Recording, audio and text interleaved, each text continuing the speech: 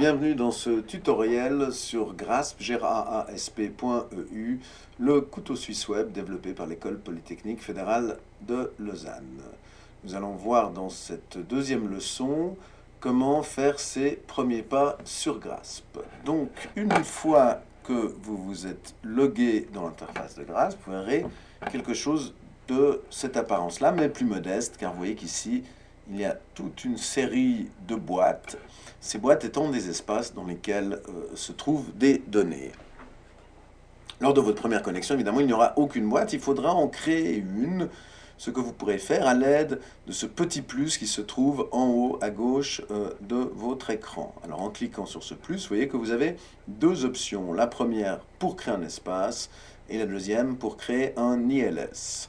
Alors commençons par examiner la première option. Donc je clique sur créer un espace, il faut que je nomme cet espace, voilà qui est fait, et mon espace est créé. Je peux par ce petit menu faire différentes choses, l'ouvrir, le copier dans un autre espace, mettre un alias dans un autre espace, donc mon espace ne sera pas physiquement copié, il s'agira d'un lien, et faire mettre cet espace en exergue comme favori, ce qui est très utile si on en a beaucoup.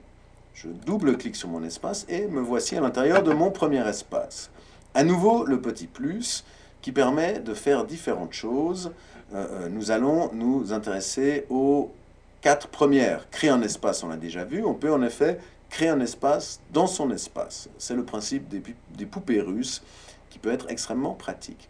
On peut également créer un document, c'est-à-dire qui sera quelque chose d'assez proche de ce qu'on peut faire avec un traitement de texte. Vous voyez, dès que mon document est créé, il se présente comme ça, sous forme d'icône. Je l'ouvre en double-cliquant. Si j'ai un petit problème, je peux le refermer et le rouvrir. Et je vois ici « Regarder » ou « Modifier ». Alors, modifier le document me permet de l'éditer.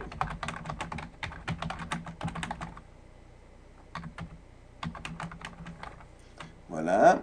Et donc d'utiliser cet espace pour écrire du texte, mais il est également possible, par exemple, d'insérer un tableau, en cliquant sur cette icône tableau, insérer un tableau, 2 rangées, 3 colonnes, c'est parfait, et j'ai ici mon tableau qui apparaît. Il est également possible de faire d'autres choses avec cette interface assez rudimentaire, par exemple, mettre en gras un bout de texte, écrire avec l'écriture mathématique des formules, intégrer un lien, etc. En cliquant ici, je ferme mon espace qui apparaît donc, mon document qui apparaît dans mon espace sous cette forme. Je peux également ajouter un fichier. Alors imaginons que j'ai un fichier, vous voyez, j'ai recliqué sur le plus, un fichier intéressant, par exemple dans mon dossier personnel, dans mes documents. Voilà, on a ici un document PDF, donc je peux l'ouvrir et le mettre en ligne. Il se présente également sous forme d'icône, mais on voit apparaître dedans l'apparence du document, ce qui est très pratique, car si on a toute une série de documents, c'est une bonne façon de les discriminer. Ici, je vois mon document apparaître.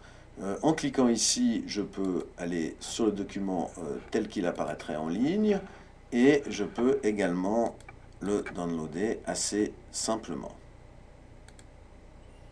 Alors, je retourne sur mon navigateur. Dès que je ferme, si je clique ici, je ferme mon document. J'ai ici une flèche qui est apparue, car comme j'ai maintenant un document et un PDF, je peux facilement naviguer de l'un à l'autre. Retournons dans mon espace. Recliquons sur le petit plus. Donc l'espace, nous l'avons vu, le document, nous l'avons vu. Le fichier, nous venons d'ajouter un fichier. Maintenant, imaginons que nous voulions, à côté de ce fichier, ajouter un document qui viendrait du web, un site. Alors, je clique donc sur « Ajouter un lien web ». J'ai ici, par exemple, le site de la prospective qui présente voilà, les différentes choses que nous faisons au sein du SEM Formation à Genève pour identifier des technologies qui soient compatibles avec notre environnement, mais aussi efficaces dans le temps et l'espace de la classe et qui permettent de favoriser l'apprentissage des élèves. Ressources éminemment utiles. Dans ce cas-là, si je veux la rajouter à Grasp, c'est très simple. Je copie l'URL qui se trouve ici dans la cartouche de navigation, soit avec un raccourci clavier, CTRL ou pomme C, soit en cliquant sur le clic droit de la souris, clic contextuel, sur copier. Je retourne dans Grasp et j'ajoute mon lien en le collant. Donc, sous Nouveau lien, je clique sur Ajouter un lien et on va le voir apparaître sous forme d'icône, comme ça a été le cas auparavant avec le PDF. Si je clique maintenant sur mon lien, je vais le voir apparaître ici. Vous voyez, je peux changer son nom si je le décidais. Là, le nom est adéquat, mais en double-cliquant sur le titre, et il m'est également possible, si je le décide, si je le désire, de changer ici le commentaire qui m'est proposé. En cliquant là, je vais refermer mon lien, mon site, et retourner dans mon espace. On voit donc qu'on a pu insérer un document texte qu'on peut travailler en ligne directement, un fichier PDF, mais qui aurait pu être un autre type de fichier qui vient de mon disque dur, ainsi qu'un lien web. Comment nous l'avons fait? Simplement en cliquant sur ces trois icônes qui nous permettent de générer ces trois types de documents.